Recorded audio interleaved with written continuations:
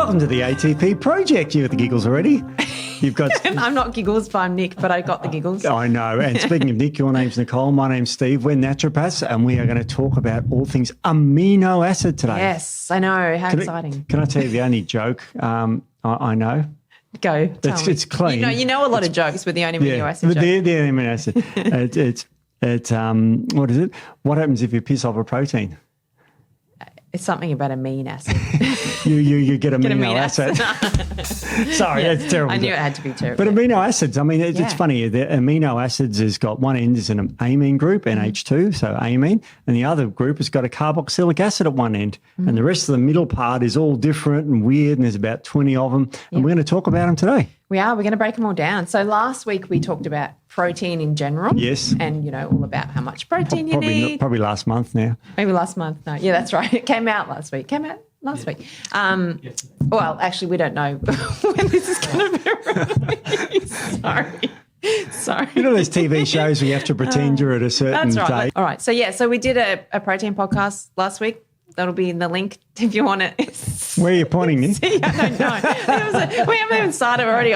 We're going off the rails. We're absolute pros. I think I've done 400 odd of these and I still kind of get like, what the hell am I doing here? No one knows. You know what? I blame Matt. No one knows what goes on behind the cameras. It doesn't. So I blame him. It's quite funny. Yeah. So amino acids, are they important or are they essential or are they useless? Yeah, no, they're a little bit important. No, they're vitally important. So as we talked about in the protein podcast, which was came out recently.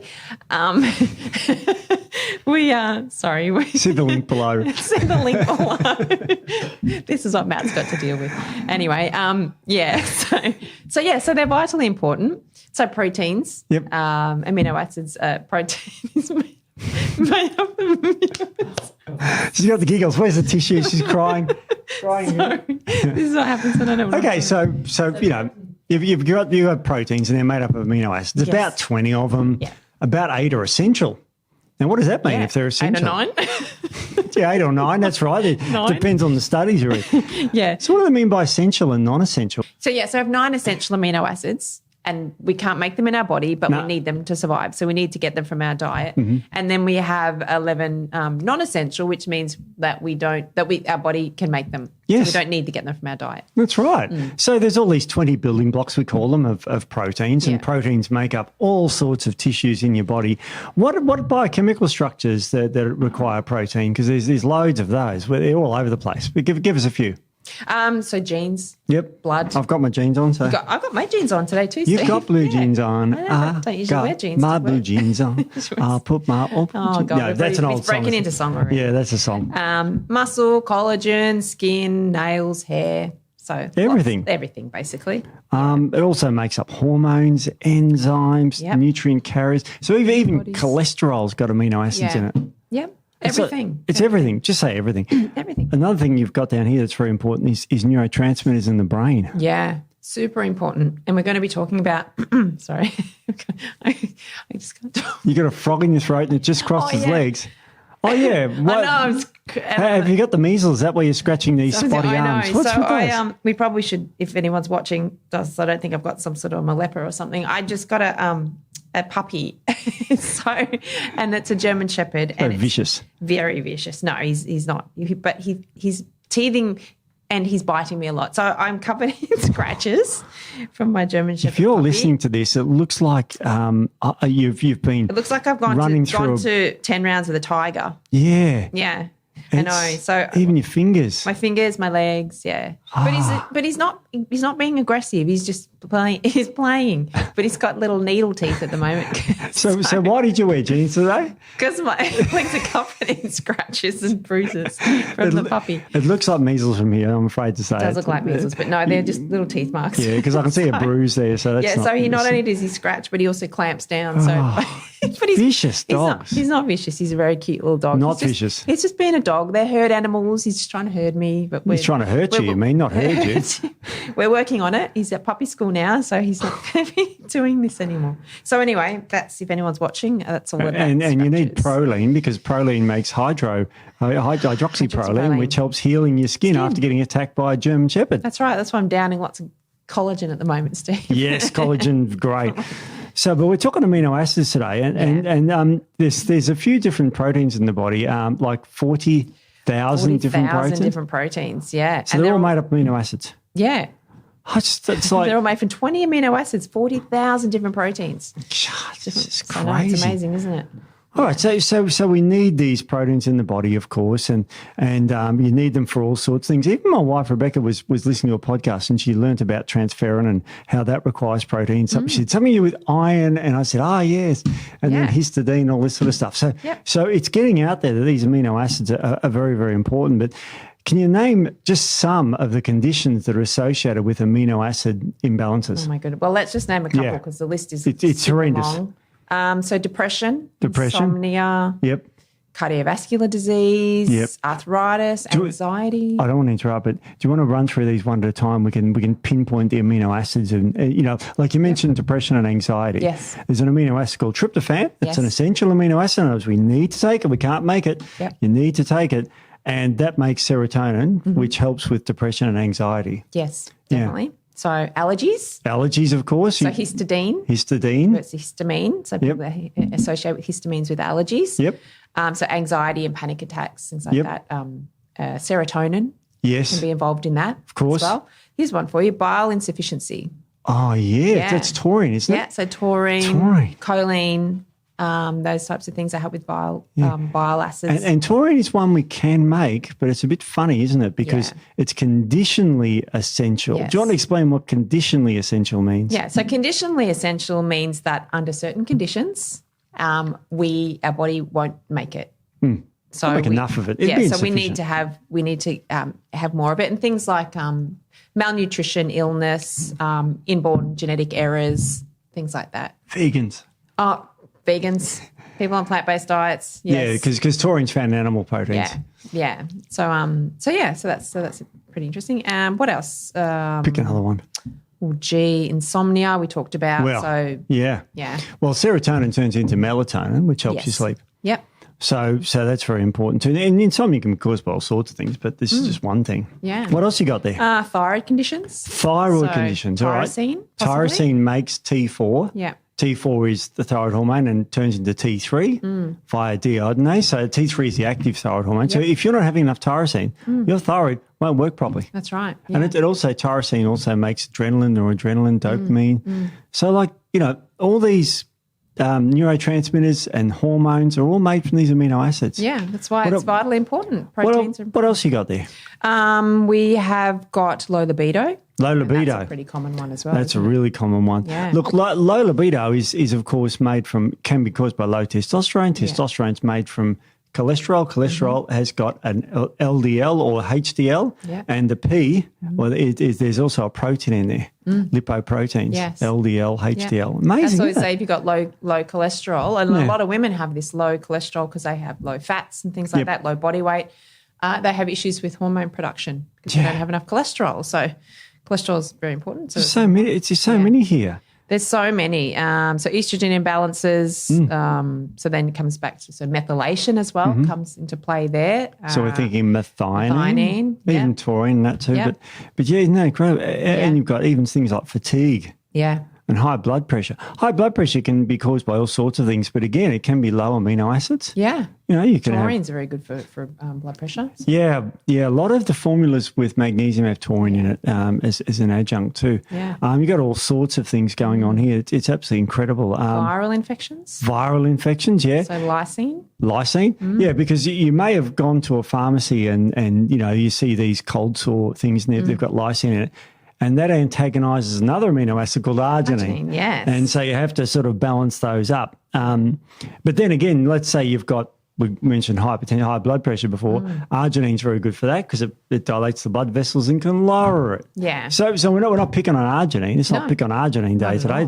Arginine's quite good for you. That's right. Here's one that you love, Steve-O, migraines. Yep. Migraines, yes. Yeah. Look, there's so many amino acids that are involved in your brain, but people just think it's your muscles. Yeah. And there's so many amino acids. I mean, you've got to remember that migraines are caused by over vasodilation in the brain. Yep. And the thing in the brain that constricts your blood vessels is serotonin. And in fact, if you took a triptan, which is a migraine medication, it knocks out, it squeezes the blood vessels back to normal. And in the last 20 years since the triptans came out, and I was speaking to a neurologist about this, his practice has halved in migraines because they've just taken them out of the equation largely. Yeah.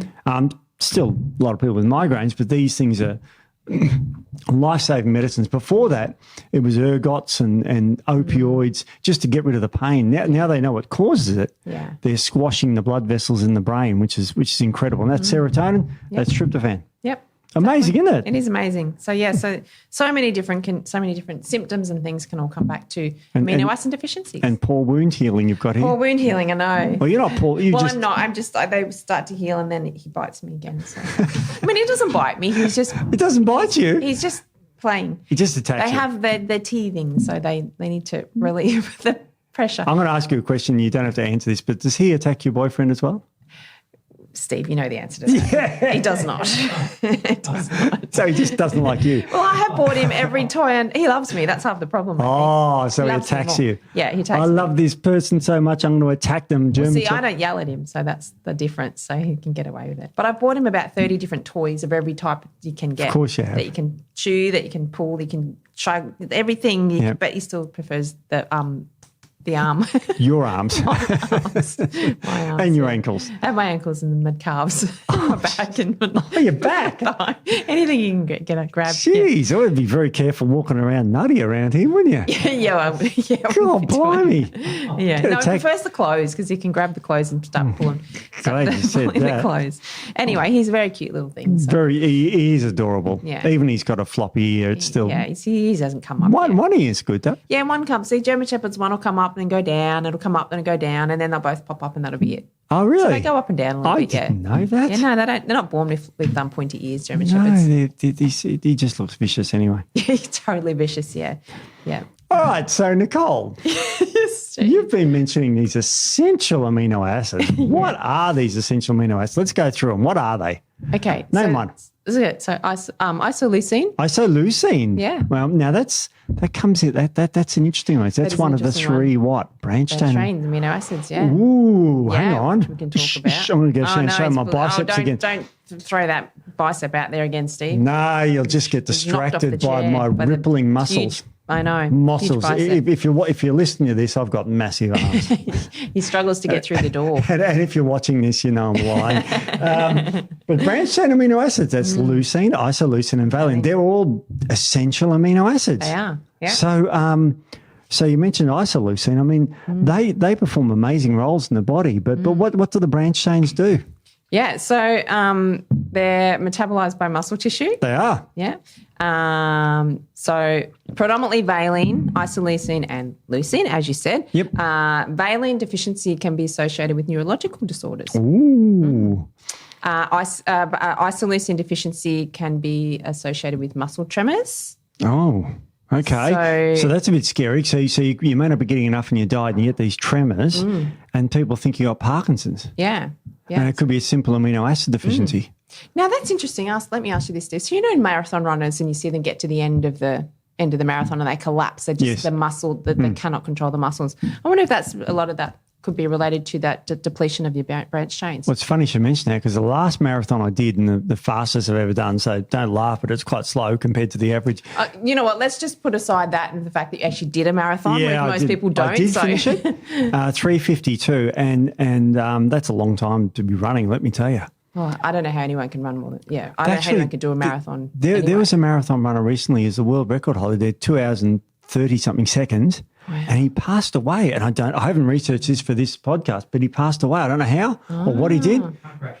Oh, was it a car crash? Oh, there you go. I just saw. So what such didn't and pass such away in the race? No, a car crash. It's absolutely incredible. But yeah, at the end of it, during my last race, I had electrolytes, and guess what else I put in the electrolyte drink? Branched chain amino acids, because I knew that they would become depleted after 4 hours of running like an idiot on the Gold Coast there, which is by the way, if you're planning on doing a marathon, don't do it. No, it's just a bad idea. I don't understand it. Anyone would want to run for is it 26 kilometres? Oh, I wish. Oh, 26 miles.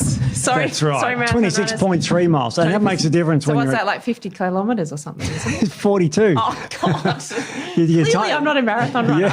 Yeah, you times it by 1.61. Okay, there you go. And that was the original distance that the original marathon was run by this guy who had to go back and tell the Greeks of some invading. Yeah. See, I didn't know that. And that's how he ran to marathon. That's how they named it, right? And he ran and then, of course, died. And so they honoured him. decided to all do it. Well, the year after they honoured him. Let's give it all a go. See if we can survive. There was just 3 or 4 warriors afterwards.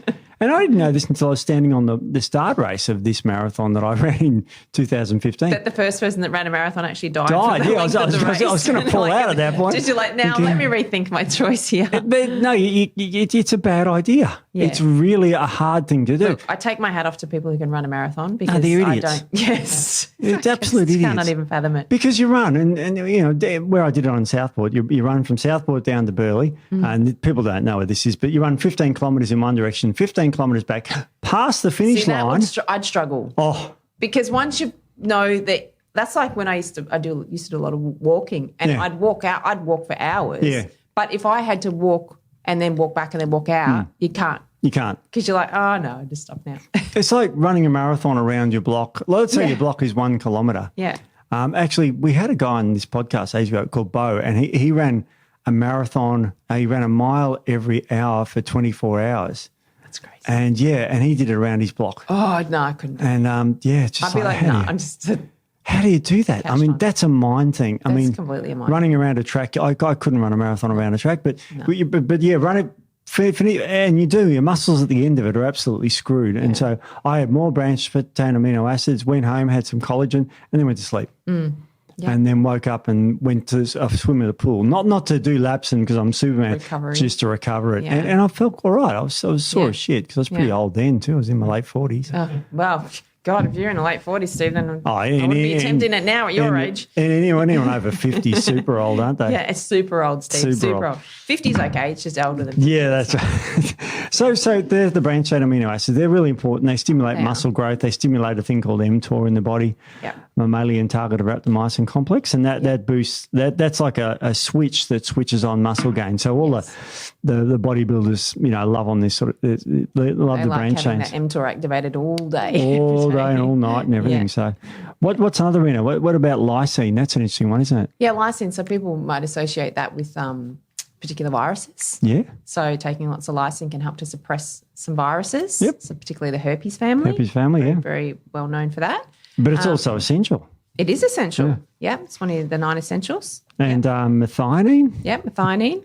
That's a good one. Now, you were talking about COMT before, catechol We methyltransferase. were talking about COMT before, yes. So it's a methyl group. Yeah, yes. So that's where we get our methyl groups from. It is, yeah. So we all know about the MTHFR and the polymorphisms and methylation. We've talked about that in the past, how important that is. Well, you can get it, methylation. and this is beyond the scope of this, but it is an amino acid. So it there's an amino acid in the body called homocysteine, which is quite toxic in high amounts.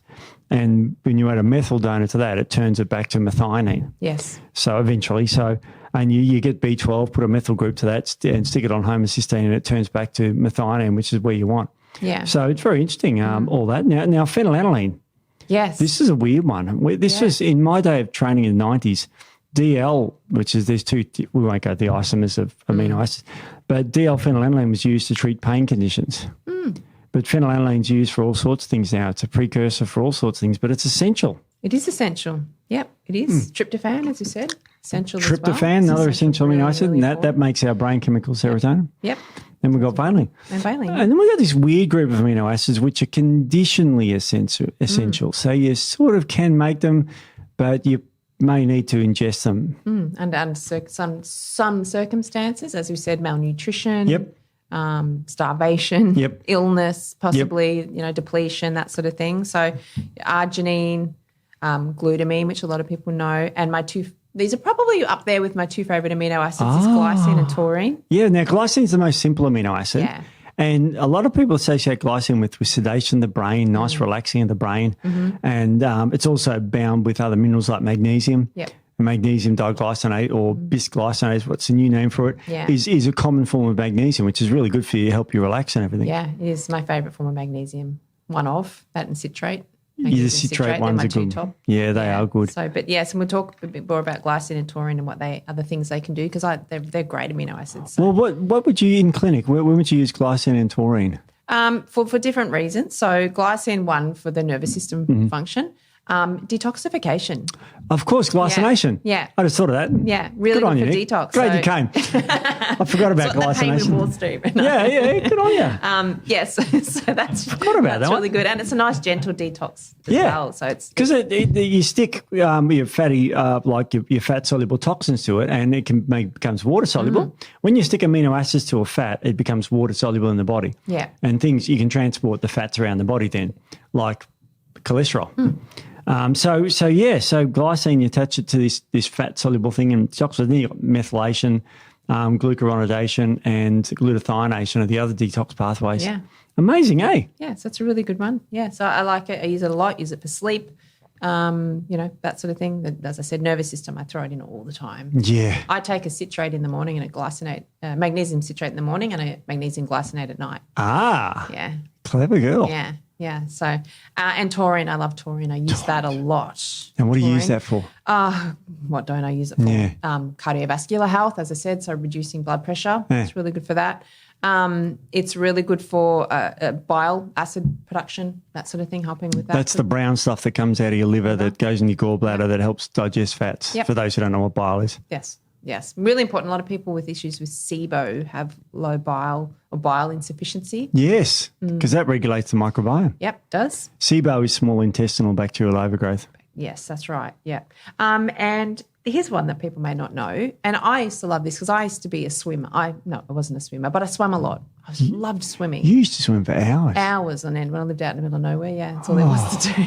I'd swim for 2-3 hours a day. Lap swim. And that's where it's different than running around a block. I could go back and forth in a pool, lap swim up and down for hours. You're perving on a good-looking guy next to you or something. What do you do with your mind? I couldn't see anything. I just had nothing. I would just swim back and forth. I loved it. Love it. But it's a lot of chlorine in the pools. Yeah. And chlorine's not good for your thyroid. That's right.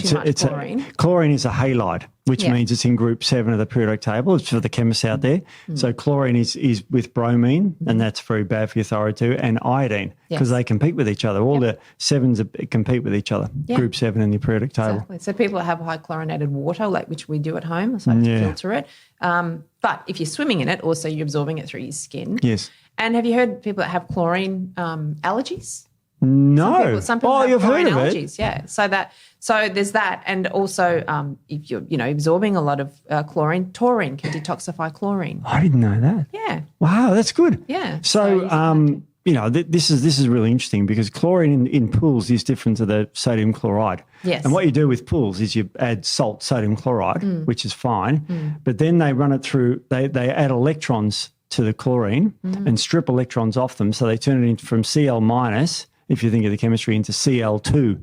So you have to take 2 electrons off that to neutralise it, and that's what the electricity does, and turns it into Cl2, which is a gas, and that's why you can smell chlorine, and it boils through the water and kills all the bugs in it. Yes. And you might think, that's good, and it kind of is. It is, but it isn't. Then, it's not good we for go us swimming. So much. Yeah. And especially 2 or 3 hours in there. Yeah, it's a lot. So, I never had significant issues with my thyroid at that point. But I love swimming. I'd swim again now, but I just don't like the chlorine factor. But you can get magnesium pools, and you can get these new ones. My brother's got one, and it's like a little, I'm probably going to describe it completely wrong, and we're going off track.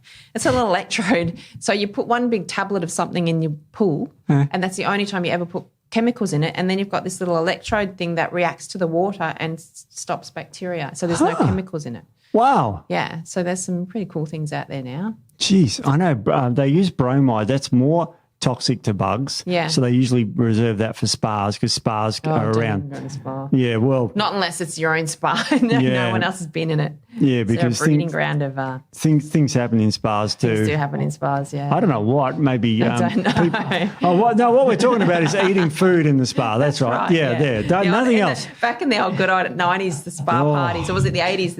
Your parents having spa parties, and they're like, you go to bed now. Yeah, it was the 80s. I remember. My mum was a seditious. She had some spa parties. Oh, did she? Yeah. Wow. Well, the adults would go out and have. No, actually, I take that back. No, they weren't weren't those types of parties. Sorry, Mum, that's not what I meant at all. Your mum listens to this, doesn't she? She does listen to these, yeah. No, that's not what I meant. But they'd all hang out in the spa. They're different, completely different. Oh, my God, I'm going to shut up now. That hang out in the spas. There was probably two different types of spa parties. There was the ones where you just hang out and you eat canapes and chit-chat and drink wine. And there's probably a whole other type of spa party, which is what we were. My mum never did those. Never. Never? No. No. No, Mum never did those. No, she didn't. Mum, you didn't. That's okay. We didn't. It's moving along. These are the 80s, you know. Things are. You remember that? You remember the old? No, it was more 70s where you put your car keys in a bowl. That's a whole other level of. Yeah, that's quick. Something about amino acids. What were you saying? What were you saying about amino acids? Oh God! All right along. No, yeah. So it's amazing what these things do, but what factors can really impact the level of amino acids in the body? I mean, okay, let's say I think I'm eating a good diet. I'm eating meats and I'm eating a bit of this and fish, and their proteins have amino acids, and the body can digest them and break them down. What other factors are going on that could deplete my amino acids or make sure I'm not absorbing the amino acids? So we did go touched on this in the protein podcast, but it's super important to touch on again. Is poor digestive function. Poor, such as so hypochlorhydria. Did you call me a hypochondriac? Not recently, Steve. No, that's outside the podcast. No. So that means low stomach acid production, basically. Hypo. When you hear the word hypo, it means low. Yeah. Chlorhydria. It's hydrochloric acid in your stomach. So hypochlorhydria, low stomach acid. Just for people who are breaking down that. Break it down. Yeah. What else? Fast transit time. Which means? Means you're pooping a lot. Yes, that's it. So you want to have sort of around about a 24-hour transit time. Yeah. Essentially. So you're giving the nutrients enough time to go through and be absorbed before the excess comes out. But if you're pooping, maybe 5, 6, 7 times a day, some people do, it's too fast. So you're not going to have the opportunity to absorb a lot of these nutrients and amino acids out of your food that you're eating. Yeah. That's true. Proteins that you're having, sorry. Here's one for you, Steve, that's very common. Yep. Proton pump inhibitors. Wow. So they're like an antacid, like brand names Nexium and those sort of things. Like we can say that. Yeah. Protons are actual acid. H plus ions, which is acid, is a proton. Yeah. Inside an atom, you've got a proton, nucleus, and electron. H plus has no electrons or no neutrons, just has a proton, and that's what acid is, a proton. So proton pump inhibitors are antacids, which everybody's, you're right, loads of people on. And this does my head in a bit because you get a bit of digestive upset, and that's one of the first things that are prescribed to you. Yeah. Well, the amount of clients that have said to me, I get a bit of heartburn every now and then, but I just get some Gaviscon or some quickies or whatever those types of things. But it's a symptom of something else, generally. But, so many people are on proton pump inhibitors, so they're not going to be able to break down their proteins at all to be able to absorb the amino acids. So that's really common. And I have seen in the past, not for a while, seen a client, been on them for a long time, but the client, a person that I saw years ago had been on one for 24 years. Oh. He had no nails, no hair, no eyelashes. He just completely depleted because he couldn't absorb anything. So it looked like Voldemort out of with no hair anyway. Yeah. So jeez. Yeah, really, really. That'd be terrible. Oh, awful. Not terrible. And, just not well. He wasn't. The underlying cause wasn't being addressed, which is no fault of his own, but professionals weren't addressing that. So, but that's what a lot of GPs, not all, but a lot of them, that's the first sort of solution is to put them on a proton pump inhibitor if they're having a lot of heartburn, reflux, that type of thing. So, and I haven't checked this, but I think it's over the counter now. It is over the counter. Yeah, I'm pretty sure. And you can get a 24-hour Nexium now. Oh. Yeah. So. And how long does the 24-hour Nexium last for? Let me think. All day. Yeah. And all night. Yeah, and then they take another one the next day. Oh. So that's not good. Now, without picking on me, what else can deplete my Steve, amino you might acids? know about this. What's that?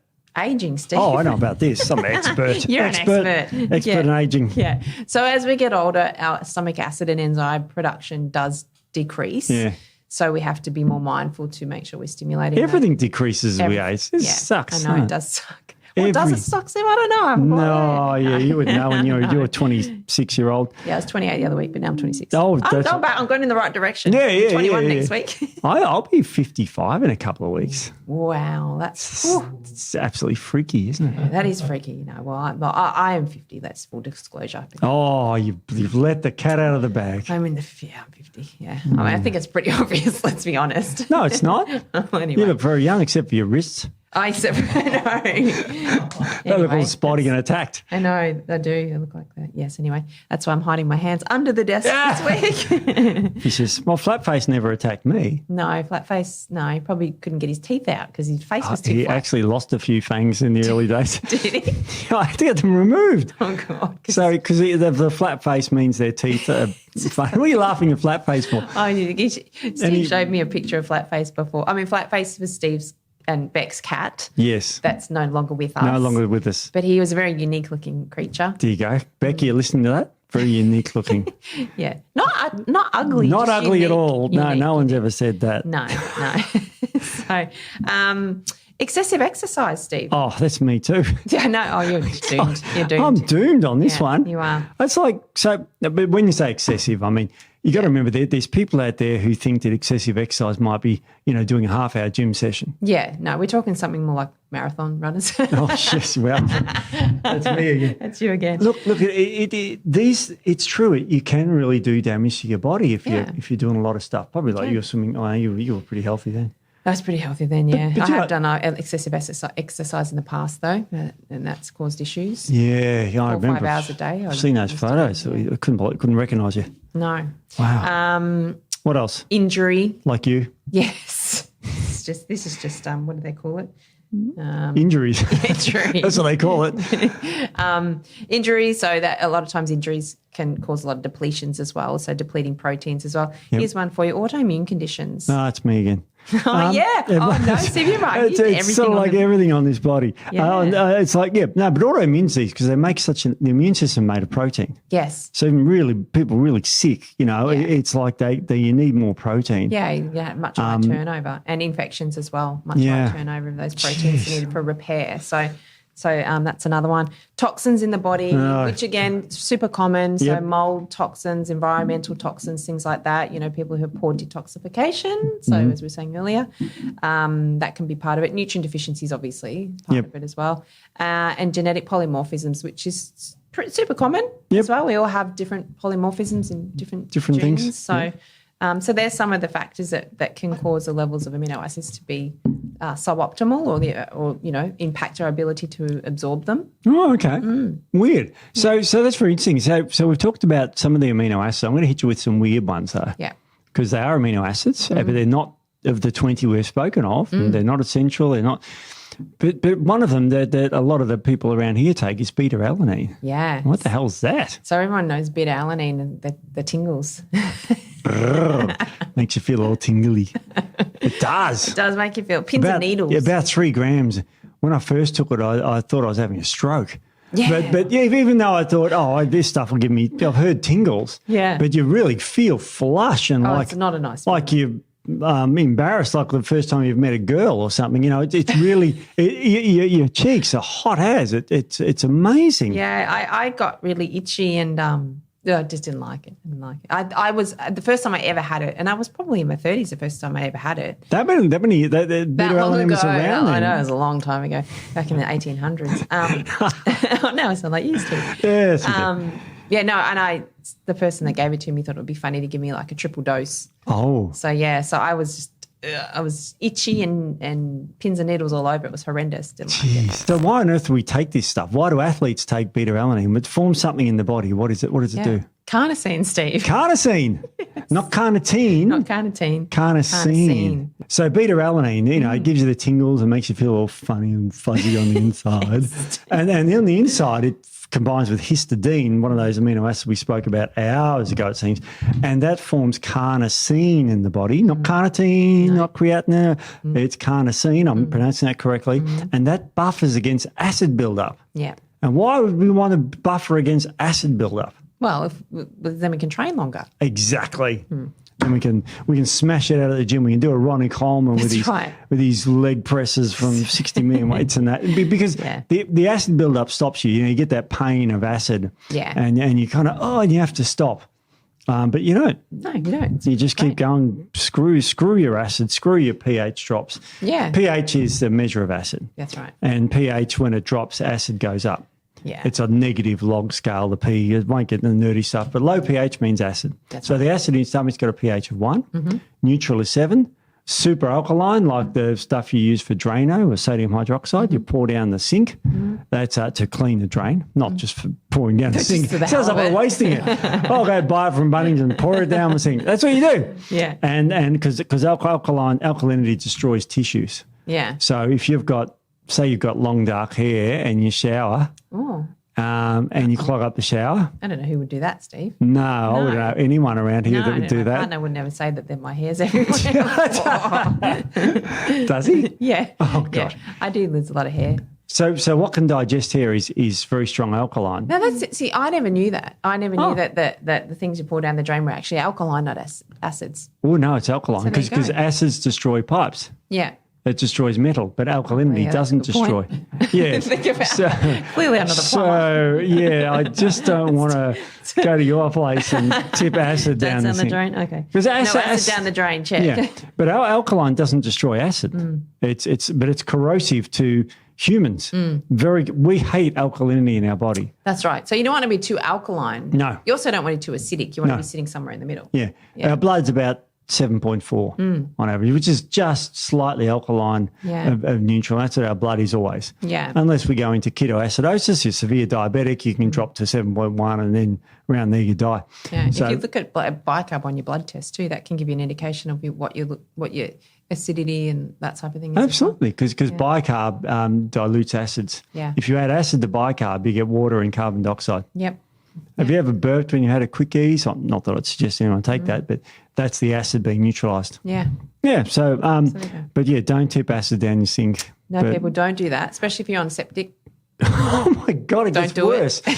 Yeah, I mean, and you can buy acid. You can buy pool acid, which is a safe acid called hydrochloric acid. It's we make hydrochloric. Yeah, we've got it in our stomach. It sits there all the time. So you put it in your pool because anyway, so your pool becomes alkaline over time because, of course, it sits in concrete, which is alkaline. Yeah. So, anyway, getting off topic there. Okay. So we want to buffer acid in our body, and it's a really good – carnosine is also an anti-aging product, so really good for the body as well. So that's where we get our beta-alanine from, which is very interesting. Now, I guess probably one of the more – one of the – what sort of – okay, so let's say people that want to take beta-alanine for training. What sort of dosages? What would you recommend dosage-wise? So I've got about 2 to 5, between 2 to 5 grams. Yeah. Everyone's a little bit different. Some people find it a little bit more uncomfortable to have the higher dose. So you're find the right dose I for you. know. It's really a tricky one. It really is. It really is a tricky one because you've got to take it to your tolerance and all that sort of stuff. Yeah. Now we've got a lot of amino acids to go, so we're sort of got to get through this a bit quicker because there's loads of them. There may be a part 2, by the way, for this because there's a part 2. There's 20 amino acids. We can't just say, there's only 10. Don't worry about the rest of them. But arginine, let's start with we'll start from A. What does arginine, what does it do in the body? Where is it primarily active? Where's it active in the body? So arginine is used primarily for muscle gain. Yes. Exercise, that sort of stuff. Yep. And also used for cardiovascular health as well. Very much so. Because it causes vasodilation. It does. A little molecule inside your blood vessels called nitric oxide. It was the molecule of the year in 1984. Was it? How the hell do I remember that shit? How boring am I at dinner party? Do they seriously have a molecule? They do have a molecule of the year. Oh, my goodness. But they get a little crown and little molecule. Little miniature bunch of flowers. Yeah, and it got up and gave a speech and just went, no! Because the molecule, traps for talk show up at events and things. Yeah, I can only say one word. No, because it's NO. Got that, Steve. But anyway, NO or nitric oxide. Hey, it can save your life, this stuff. I know, Steve. And if you match it up with glycerine, you get nitroglycerin.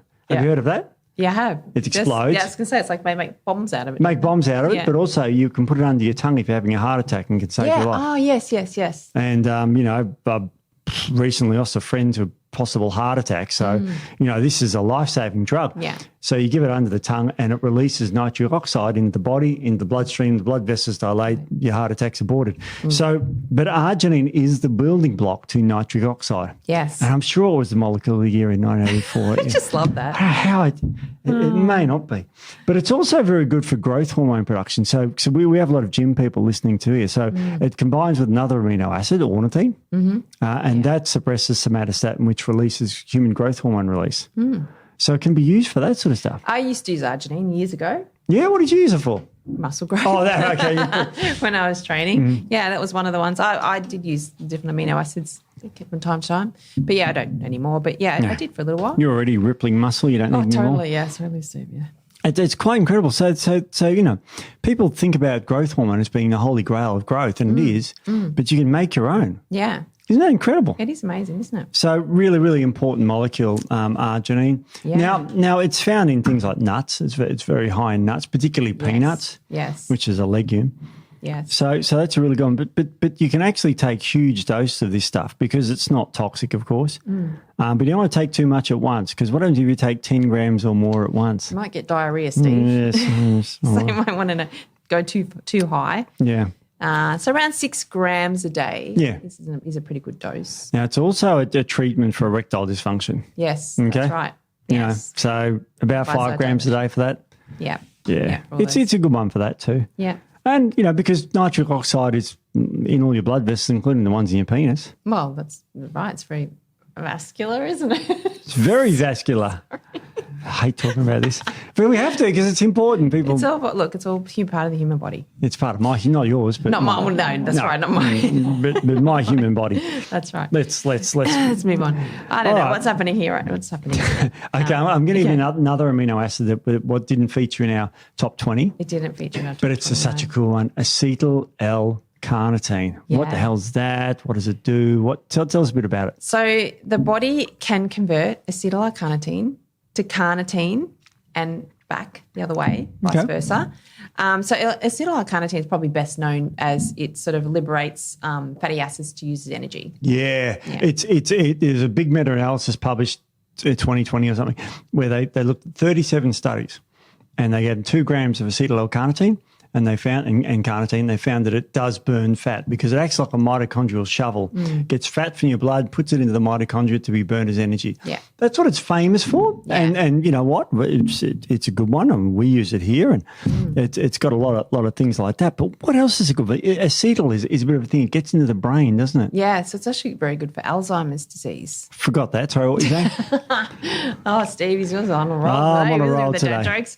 Yeah. And you're not even a dad, that's him. So really interesting. Alzheimer's disease, which of course is dementia or later life. Or it's type of dementia. type 3 diabetes, they're calling it now. Type 3 diabetes. Yeah, we did a podcast on that 1 billion years ago on type 3 diabetes, which is Alzheimer's. Revisit that one day, maybe. It really is interesting. So acetyl L-carnitine, 2 grams, really good. It's also very good for prostate inflammation. Is it? I didn't know that. Well, I didn't know that until you put it in your notes there. I wrote these notes weeks ago. It's like, wow, I didn't. Thanks, Steve. But it's look, it's really, really good for me because. Are you going to cry again? Sorry. I knew it was going to be a train wreck when we walked in here this morning. No. Anyway, let's move along. No, we're going to talk about it. I actually, there is something I'm going to premise or precaution or caution. Caution? Caution. Precaution me away. You got Matt crying. I've got Matt going now. He's controlling everything too, so he has to be on the ball. Wait, there's a precaution. What is it? People with thyroid issues. Yeah. So if you have underactive thyroid or hypothyroidism, just be a little bit cautious of it.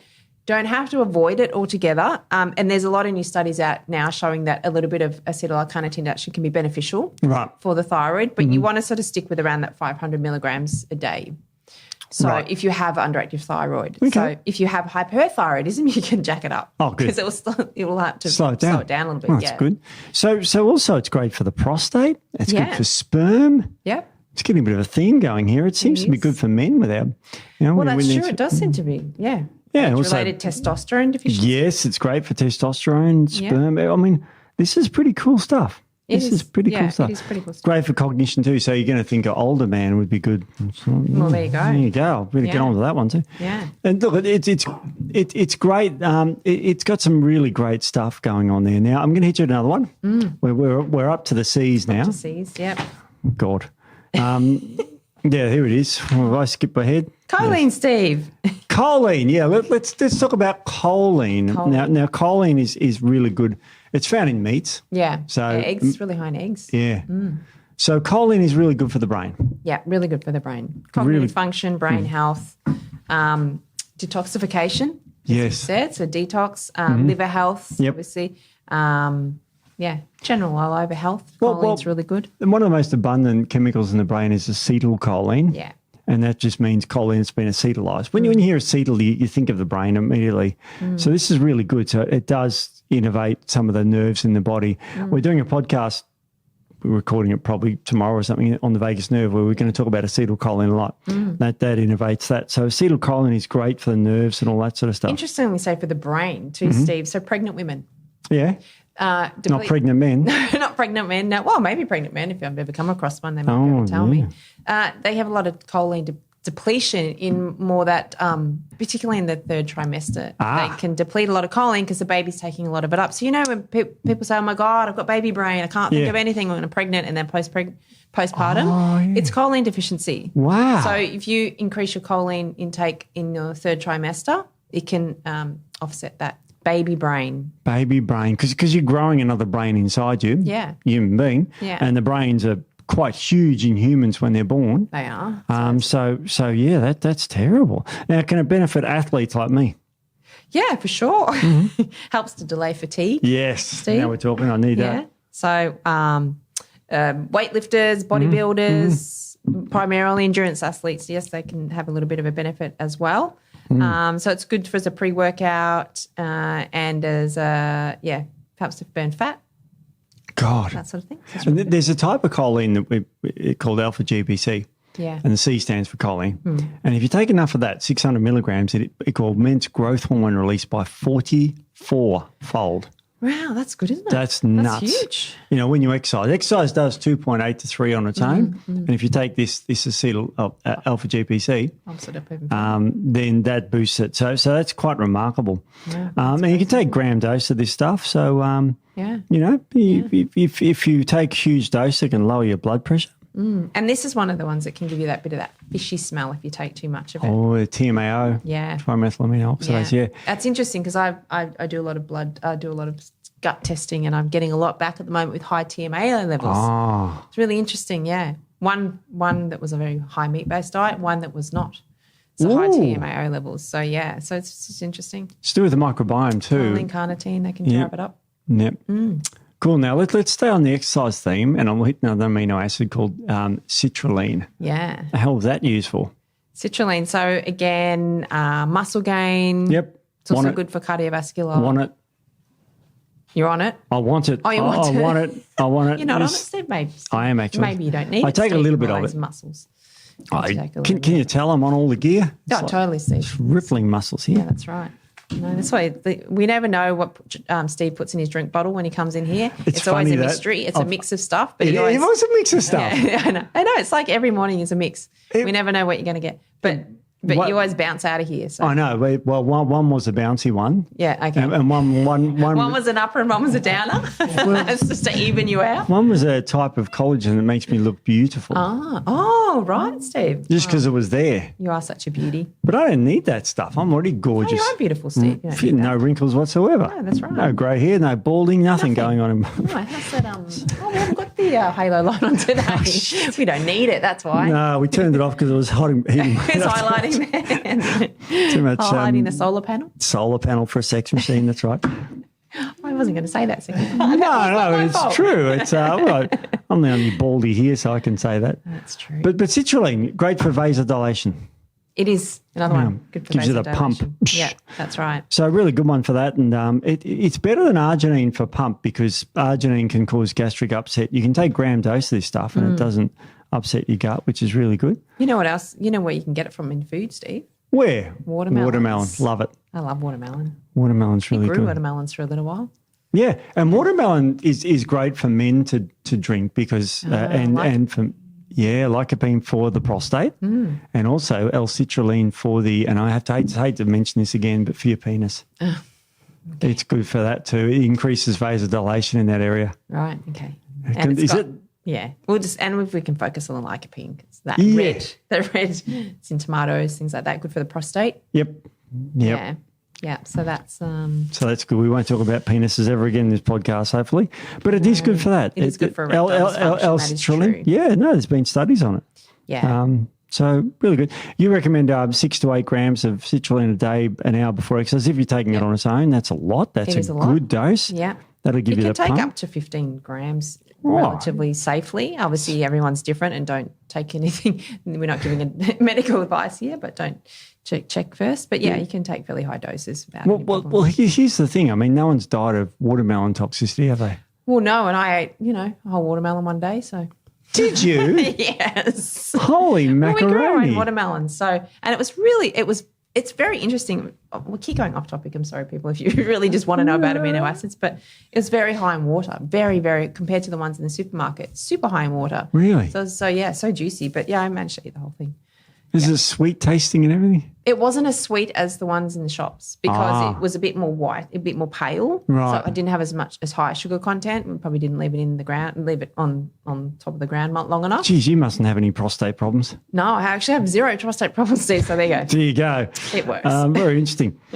All right, now we're getting on to one of my favourites here. We're into the seas. This is everyone's favourite, isn't it? It's called, I almost scored some free stuff today of this stuff. Did you? Almost. Oh, where was I when that was happening? No, you were, I said bring it around to us. Oh, right, okay. But it's called creatine. Now, we make creatine here. There's no secret of that. Yeah. But creatine is an amazing amino acid for exercise. But what else can you tell me about it? Oh, my goodness. Go back and listen to the podcast we did on creatine. So many things. Brain health, bone health, methylation, energy. Just so many things. And at the gym, when you're pumping out that last rep, it can give you at least one more rep because creatine makes ATP basically. Yeah, exactly. And there's ATP on the bottom. So ATP is energy, basically stored energy, and you can pump out thing and absolutely incredible. So where's creatine found? Well, mainly meats, animal proteins, eggs, meat, fish. Yep. Yeah. So I highly recommend creatine for everybody, and particularly, postmenopausal women, really good. But outside of the muscle building, what it does for muscle building, it just has so many other health benefits. Oh, it's amazing. That I recommend creatine to a lot of people. Yeah, we recommend about 3 to 5 grams before exercise about now. There's this conjecture of when to take it, like you can take it after, whatever, but before exercise I think is important. I think it's good, and everyone can play around with it and see what works for them. But I find, for me personally, if I take it before, I really do work better. I have a better workout. Yeah. Yeah. So I smash it out. Yeah. And if I'm not training, I still take it because I take it for the other health benefits as well. Oh, it's incredibly important. But I think this has to go into part 2. We've got some really good ones. So this would be good for an extra. In part 2, we're going to talk about this thing called glycine. Oh, are we still recording? Sorry. I was just like relaxing. That's why I'm talking like a newsreader now, I'll take my glasses off. Cool lunchtime, ready to go. Well. No, okay, yes. So part 2, people. We are we're coming back for part 2. We're coming back for part 2. I think someone needs a nap here. I need a break, yeah. I think I need some glutamine too. All right, let's get some glutamine. Part 2 is coming. We're going to talk about all the other amino acids. Yeah, all my faves. Inositol, taurine. We're going to go into those. So they're my favourite ones. Yeah. So. All right, we'll see you at part 2. Yeah.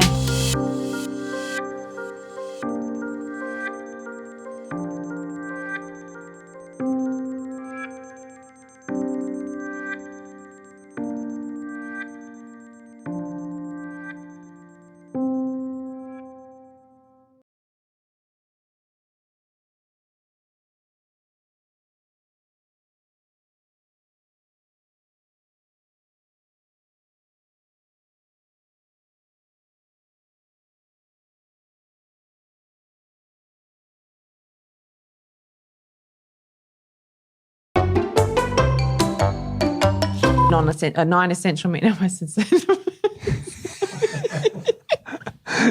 So sorry. You're crying. I'm just sleep deprived. Maybe that's part of it. I love how you cry over amino acids. I love amino acids. I get very passionate about it. Sorry. Yeah. So we're going so I've got well. the list here. No, but I'm like, it's not. All right. The essential ones. We'll start with those. I know, it's a funny question, isn't it? I'm sorry. Crying now. Ask her about amino acids and she cries. Sorry. Is that funny? I know. All right. Hang on, wait. That's So we look at your eyes. sorry. I didn't. I'm still going to cry. Yes. Don't know why. Oh my god. 4. I don't know. Well, oh.